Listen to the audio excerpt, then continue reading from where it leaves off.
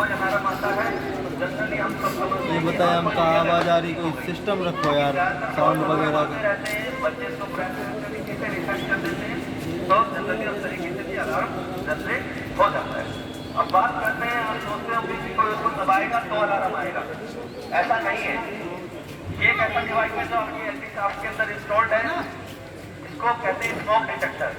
ये स्मोक को डिटेक्ट करता है और ऑटोमेटिकली फायर अलार्म के लिए कमांड देता है। जब ये डिटेक्टर ऑपरेट होगा तो इसका मतलब ये हो सकता है कि एलपी शाफ्ट के अंदर कोई ज्यादा बड़ी दुर्घटना हो सकती है, शॉर्ट सर्किट हो सकता है, बहुत ज्यादा स्मोक हो सकता है, मीटर में ब्लास्ट हो सकता है, एलपी शाफ्ट के अंदर आग लग सकती है। तो आप अवॉइड ना करें किसी भी अलार्म को, ऐसी कंडीशन भी हो सकती है। ये डिवाइस आपके एलपी शाफ्ट में जो हर फ्लोर पर कॉमन एरिया में एलपी शाफ्ट है उसके अंदर लगा हुआ है ताकि इनिशियल स्टेज में ही आपको इन्फॉर्मेशन। अरे ये तो कोई गार्ड भी करा सके यार। तू यहाँ थोड़ा देख ले, तेरी फोटो वोटो पे आ जाएगी एकदम। अगर हम एमसीपी का जो प्रेस करते हैं आ जा, कोई गार्ड पकड़ा दे। सर जी ऑपरेट नहीं होते तो आप कैसे किसी को इन्फॉर्मेशन दे सकते हैं। तो दूसरा अल्टरनेट ये है कि आपको इमीडिएट फोन करना है तो सिक्योरिटी शिप सेल से या फैसिलिटी शिप सेल पे कॉल करना है। अगर आपका फोन भी कनेक्ट नहीं हो रहा है उसके बाद यूनिवर्सल फॉर्मूले को यूज करना है जो कि हर कोई कर पाता है। आपको तेज तेज शाउट करना है, फायर फायर फायर फायर, इस तरीके से जब तक कि आपको कोई नोटिस ना करे। तो इन बातों का आप ध्यान रखें। जब आपको कोई नोटिस कर लेता है फिर आप फायर इक्विपमेंट का यूज कर सकते हैं। लाइव डेमो करो, डीजल डालो, फायर करो। अभी एक्सटिंग्विशर का यूज हम आपको बताएंगे। एक्सटिंग्विशर आपके हर फ्लोर पर इंस्टॉल्ड है। अब एक कंडीशन समझते हैं कि कहीं पर कोई छोटी आग लगी और आपको एक्सटिंग्विशर यूज करना नहीं आता तो उस केस में क्या होगा, आप इंफॉर्मेशन देंगे, होटल बजाएंगे, जब तक वहाँ पर कोई कॉम्पिटेंट पर्सन जाएगा तब तक वो आग बड़ी हो जाएगी। अब इसकी अपोजिट बात करते हैं कि आप कॉम्पिटेंट पर्सन हैं, रेट है, फायर एक्सटिंग्विशर यूज कर सकते हैं। आपने देखा अलार्म को प्रेस कर दिया, अलार्म जाने से ही इंफॉर्मेशन ऑलरेडी जनरेट हो गया और आपने एक्सटिंग्विशर उठाकर उसको एक्सटिंग्विश कर दिया। दोनों कंडीशन में बहुत ज्यादा डिफरेंस है।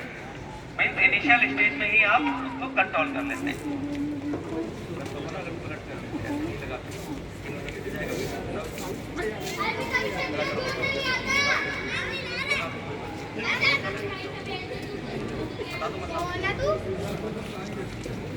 तो अगर कभी आग लगती है तो फायर एक्सटिंग्विशर्स को हम यूज करते हैं। फायर एक्सटिंग्विशर्स को यूज करने का तरीका, इसमें जो सेफ्टी पिन है और ये क्लचर है, लॉक है, इसको तोड़ देना है। इसीलिए हिट करके ब्रेक हो जाता है। उसके बाद जो सेफ्टी पिन है जो मत डालो बस जो सेफ्टी पिन है हॉरिजॉन्टल टाइप लगी हुई है उसको आपको हॉरिजॉन्टली ऑन करना है और फैसले के बाद टाइगर को आउट कीजिए। और इसको यूज करने का जो फॉर्मूला है वो है pass system. P for the pin, A for aim at the base of fire, squeeze the lever, then sweep to sweep। sweep to sweep करना इसलिए जरूरी है ताकि जब धुआं होता है फायर फाइटिंग करने के बाद तो उसमें हमें दिखाई नहीं देता, लिटिल बिट फायर कोई लेफ्ट या राइट में हो सकती है और धुएं में हमें नहीं पता लगता। हम सोचते हैं आग बुझ गई है, धुआं हो गया है और हम वहाँ से हट जाते हैं। कभी भी आप फायर फाइटिंग करते हैं कहीं पर भी तो आप उस लोकेशन को छोड़े ना, हो सकता है वो दोबारा से रिइग्नाइट हो जाए और आप जब तक टीम को बुलाकर लाते हैं वहाँ पर एक बहुत बड़ी आग फैल जाए। तो वहाँ से हटे नहीं, जिसको आना है वहीं पे आएगा और आप एक्सटिंग्विशर के साथ वहाँ पर मुस्तैद रहें, एक्टिव रहें। अगर वो दोबारा रिइग्नाइट होता है तो आप दोबारा से उसको एक्सटिंग्विश करें, उस लोकेशन से हटे नहीं। उधर गिरेगा वो। हेलो, हवा का ध्यान उसको रखें। बोल दिया वो। हेलो, बोल दो वो गिरेगा। मैं इस तरफ से फायर फाइटिंग करता हूँ और हवा मेरे सामने से आ रही है तो that media will come turn over me. वो मीडिया मेरे पर ही वापस आ जाएगा जो भी मैं यूज कर रहा हूँ एक्सटिंग्विश करने के लिए। तो उससे कोई बेनिफिट नहीं मिलेगा। तो आपको सही लोकेशन को चूज करना है जिसमें विंड फ्लो जो है वो आपके बैक साइड से आए हमेशा, ताकि जो फ्लो है वो फायर की तरफ रहे, आपकी तरफ ना रहे। और लोकेशन आपको चूज करनी है हमेशा, तभी फायर फाइटिंग होगा। आपके साइज में दिख रहा है कि आपका क्या साइज है और उतनी दूर से आपको फायर फाइटिंग करनी है।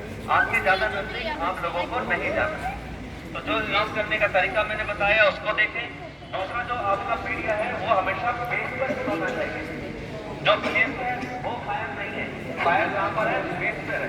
अगर आप फ्लेम्स पर फायर फाइटिंग करेंगे, कितने पानी में ऐसे डालो तो याद नहीं बुझेगी जब तक कि बेस के ऊपर पानी नहीं करेंगे। तो बेस पर फायर फाइटिंग होनी चाहिए, तो आपका जो एम है वो बेस पर होना चाहिए, न कि फ्लेम्स के ऊपर।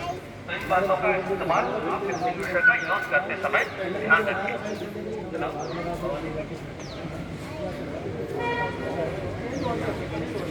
थोड़ा रोटेट कर रही है, एम सही बनाओ, एक्सटिंग्विशर लगाओ, थोड़ा चला लॉस बंदा चला, थोड़ा बजाओ, थोड़ा कम दबाओ, बस कोई बात नहीं, हमें तो रिग्नाइट होने दो, कोई बात नहीं, होने दो, रिग्नाइट होने दो। अभी ये जो फायर है नहीं है, इसके लिए एक्सटिंग्विशर बिल्कुल सही है, एक क्लास का मटेरियल है, क्लासिफिकेशन में आपको क्लियर कर दूं इससे पहले, ताकि आप जब भी एक्सटिंग्विशर को सिलेक्ट करें तो क्लासिफिकेशन को हमेशा देख लें। दूसरा, ये फायर इसलिए नहीं बनी है कि हमने जो गन्ने के अंदर और जब लाइट आई है उसके नीचे जो आग लगी हुई है वहाँ पर मीडियम पहुंचा नहीं है, तो इसीलिए वो दोबारा रिग्नाइट हो गया। जैसा आपने जनरली सबने देखा होगा कि अगर आप कुछ लकड़ियाँ डालते हैं उसको बुझाते बीच में तो उसमें से वेपर प्रोड्यूस होती है, और उसके बाद अगर हल्की सी पीली उसको बुझाएं तो वो दोबारा से चल जाता है। इसी तरीके से अब इसमें हो रहा है, लेकिन हम इसको प्रॉपर कंट्रोल कर लेंगे एक्सटिंग्विशर से भी। अगर नहीं बुझता है तो और चलाइए, जब वो पूरी तरीके से ऑक्सीजन उसको नहीं मिलेगी और आग बुझ जाएगी। तो कभी ऐसा नहीं सोचना है कि एक्सटिंग्विशर वर्क नहीं कर रही, वो जो फायर है वहाँ तक पूरी तरीके से कवर नहीं हो रहा है मीडिया, इसलिए वो दोबारा रिग्नाइट हो रहा है। यूट्यूब चलाओ,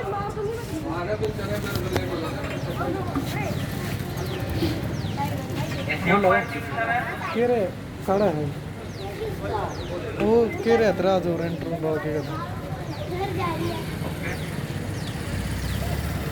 101 में फोन करते हैं। एक्सटिंग्विशर थोड़ा हैवी है, auto type carbon dioxide cell का स्पेशली रेंट वाला तो अपने तरफ कौन है सेल का अंदर क्लासिफिकेशन अभी मैं आपको बता खतर तो सही अपन करेगा समझने में बड़ा आसान हो जाएगा।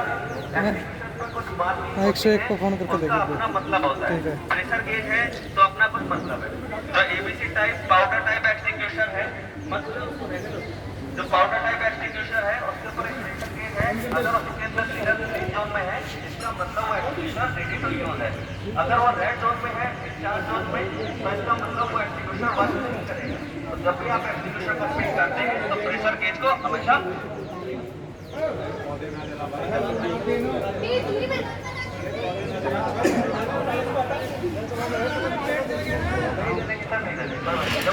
जब टीम अवेलेबल है तो चलेगी कैसे, बस इतना ही फर्क है।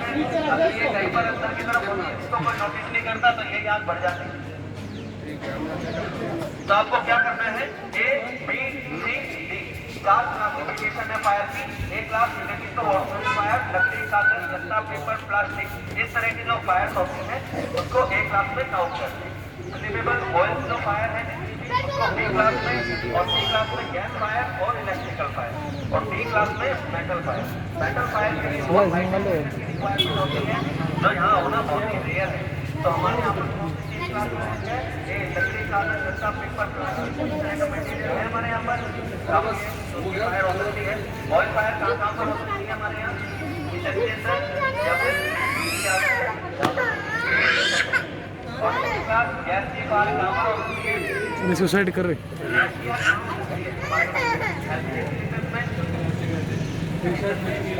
और इलेक्ट्रिकल फायर यहाँ पर भी इलेक्ट्रिकल लाइव कंडीशन में है इलेक्ट्रिकल फायर का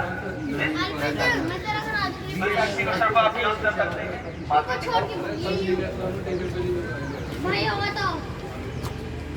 इसका जो मार्किंग है देखिए आप सीधे करो A B and C, but A class पर क्रॉस मार्किंग, मतलब लकड़ी कागज गत्ता पेपर प्लास्टिक इस तरह के जो ऑर्डिनरी मटेरियल्स हैं, ऑर्डिनरी फायर है उस पर ये एक्सटिंग्विशर इतना ज़्यादा इफेक्टिव नहीं है। बट इसका ये मतलब नहीं है कि आप इसको यूज ना करें। अगर आग बहुत ज़्यादा छोटी है तो आप इसका इस्तेमाल उस पर कर सकते हैं। There is a chances that it can be successful activity. So marking तो जरूर देखें, जो क्लास ऑफ फायर के लिए आप फायर फाइटिंग करने के लिए आगे बढ़ रहे हैं वो क्लास ऑफ मार्क पर कोई क्रॉस मार्क तो नहीं है। एबीसी पर कोई क्रॉस मार्क नहीं है, दोनों तीनों मार्क है और कोई क्रॉस मार्क नहीं है, तो आप उसको इजीली यूज कर सकते हैं। यूज करने का तरीका और इसको रोल करना है। तो इसको एक्सटिंग्विशर पर चलाना सीखना जरूरी क्यों है? एक एग्जांपल में आग लग जाए तो क्या आप हाथ डाल के बचा देंगे? ऐसी कोई भी कंडीशन हाथ नहीं डाल सकते, पहले उसको कंट्रोल करना जरूरी। तो आप एक्सटिंग्विशर चलाएंगे, पहले रेगुलेटर के ऊपर एक नहीं बनाएंगे और फायर फाइटिंग करेंगे, आग हो जाएगी, उसके बाद आप रेगुलेटर को बंद कर सकते हैं। तो ये इमीडिएट नहीं हो पाएगा जब आपको इसकी नॉलेज हो। अगर आप डिले करते हैं तो आपका रेगुलेटर पिघल जाएगा, उसमें नॉब जैसी कोई चीज़ आपको दिखाई नहीं देगी और आप उसको कंट्रोल नहीं कर सकते। और इमीडिएट कब यूज कर पाएंगे? जब आप एक्सटिंग्विशर पर चलाने के बारे में जानते हैं, आपको उसकी बातों के बारे में नॉलेज। चलाओ, तो हमें जो इंडिकेटर पॉइंट ओपन करना है, एम बनाना है। चलाओ चलाओ,